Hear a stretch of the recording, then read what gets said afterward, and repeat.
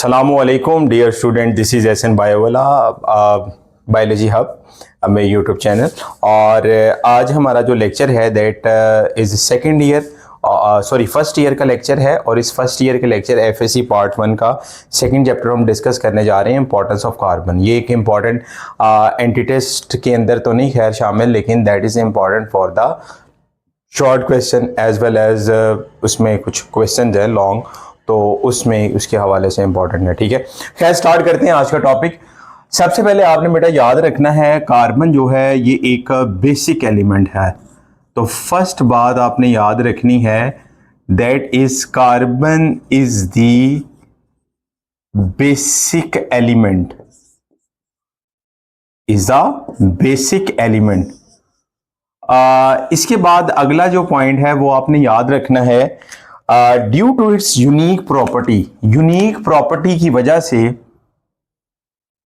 जो कार्बन है वो सेंटर पोजीशन में है। सेंटर्ड पोजीशन, हम कहते हैं कि कार्बन की जो पोजीशन है वो सेंटर है, और उस सेंटर की वजह हम क्या कहते हैं, इस वजह से सेंटर है कि उसकी एक यूनिक प्रॉपर्टी, यूनिक बिहेवियर की वजह से। ठीक है, और कार्बन कैन शो टेट्रावेलेंसी। अब केमिस्ट्री के जो बच्चे हैं वो अच्छे तरीके से जानते होंगे, मिसाल के तौर पर एक कार्बन है और उसके साथ हाइड्रोजन, हाइड्रोजन, हाइड्रोजन और हाइड्रोजन।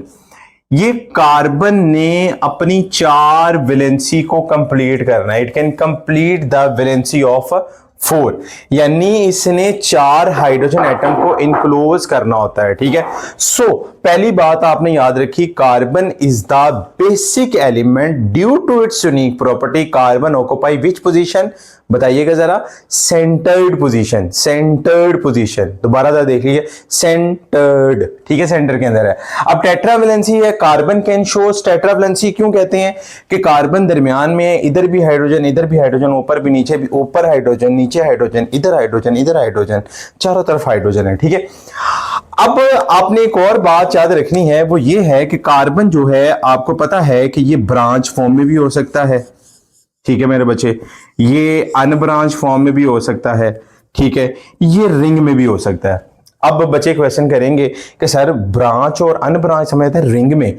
अब रिंग के अंदर आप फॉर एग्जांपल ये देखिएगा, ये carbon carbon alternate double bond और single bond, this is the structure of benzene. It's benzene structure.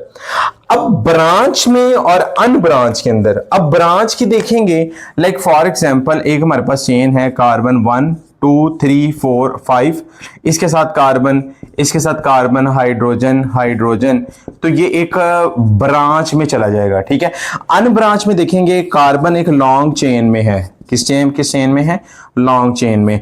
और इसी एबिलिटी को carbon can form the long chain. आपने ऑनवर्ड सारे हाइड्रोजन वैलेंसी पूरी करनी है, आपने ये याद रखना है, 1 2 3 4 इस तरह पूरी एक वैलेंसी कंप्लीट होगी, जिसकी वजह से हम कहते हैं कि ये जो स्ट्रक्चर है हमारे पास, ये कार्बन वैलेंसी जो मैच हो रही है that is the unbranch form में। और अनब्रांच के अंदर ये एक फॉर्मेशन लिंकेज करता है जिसका नाम है कैटिनेशन। कैटिनेशन एक इंपॉर्टेंट शॉर्ट क्वेश्चन है। कार्बन हैव द एबिलिटी, आपकी जो स्क्रीन है इसके ऊपर एक छोटी सी डेफिनेशन आ जाएगी, वो मैं ये आपको नजर आ जाएगी। कैटिनेशन होती है carbon has the ability to form the long chain. Carbon की एबिलिटी है कि लॉन्ग चेन बना सकता है, उसको हम क्या कहते हैं, catenation. That is important short question. अब हम नेक्स्ट की तरफ मूव करते हैं, थोड़ा सा मूव।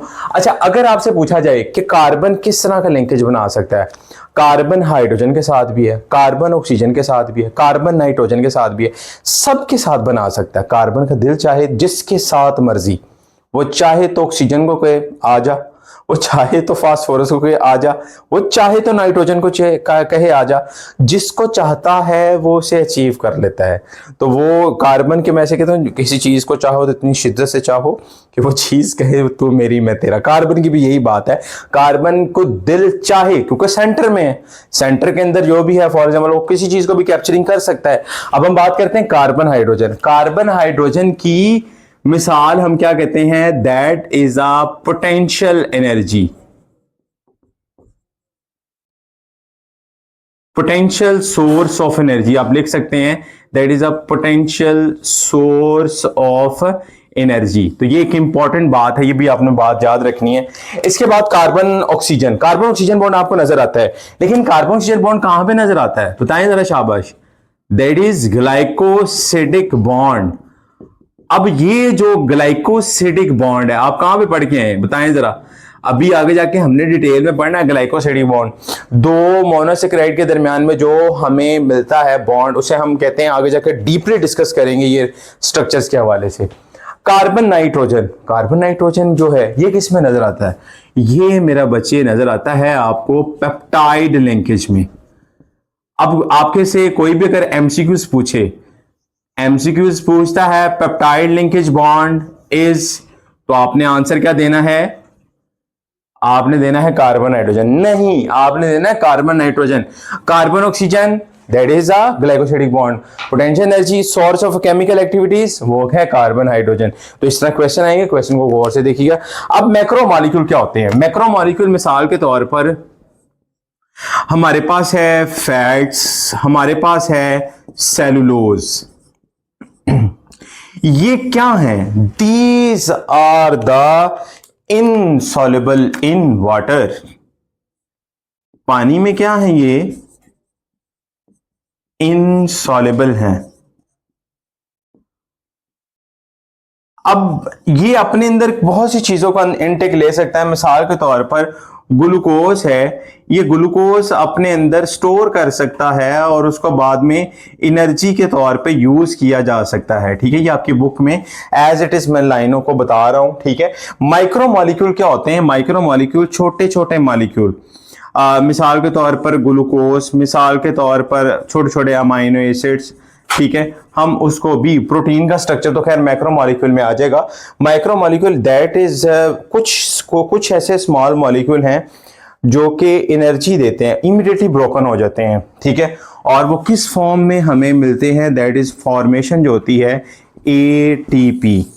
अब यानी एकदम अनस्टेबल है तो अनस्टेबल इमीडिएटली ब्रोकन करेंगे, तो एटीपी के अंदर एटीपी क्या होता है, that is the adenosine, adenosine triphosphate, adenosine triphosphate, उसका क्या नाम है बेटा बताइए जरा, एडिनोसिन ट्राइफॉस्फेट। तो बहुत वो एनर्जी जो होती है वो हमें एटीपी की फॉर्म में मिलती है। तो अब इसमें ओवरव्यू आपने इंपॉर्टेंस ऑफ कार्बन आए तो आपने डिफरेंट बॉन्ड्स के हवाले से याद रखना है। पैराग्राफ आप बना लीजिएगा, पहला पैराग्राफ आपने बनाना है that is a basic element, उसके बाद टेट्रावैलेंट, उसके बाद ब्रांच एंड ब्रांच, उसके बाद आपने डिफरेंट बॉन्ड्स, उसके बाद मैक्रो और माइक्रो मॉलिक्यूल। तो अब की वीडियो आपने पूरी इसको देख लेना है। ठीक है, इसमें जो भी क्वेश्चंस होंगे मैं नीचे मार्क कर दूंगा। ठीक है, बाकी इंशाल्लाह नेक्स्ट वीडियो में मिलते हैं, मुझे दे इजाजत, अल्लाह।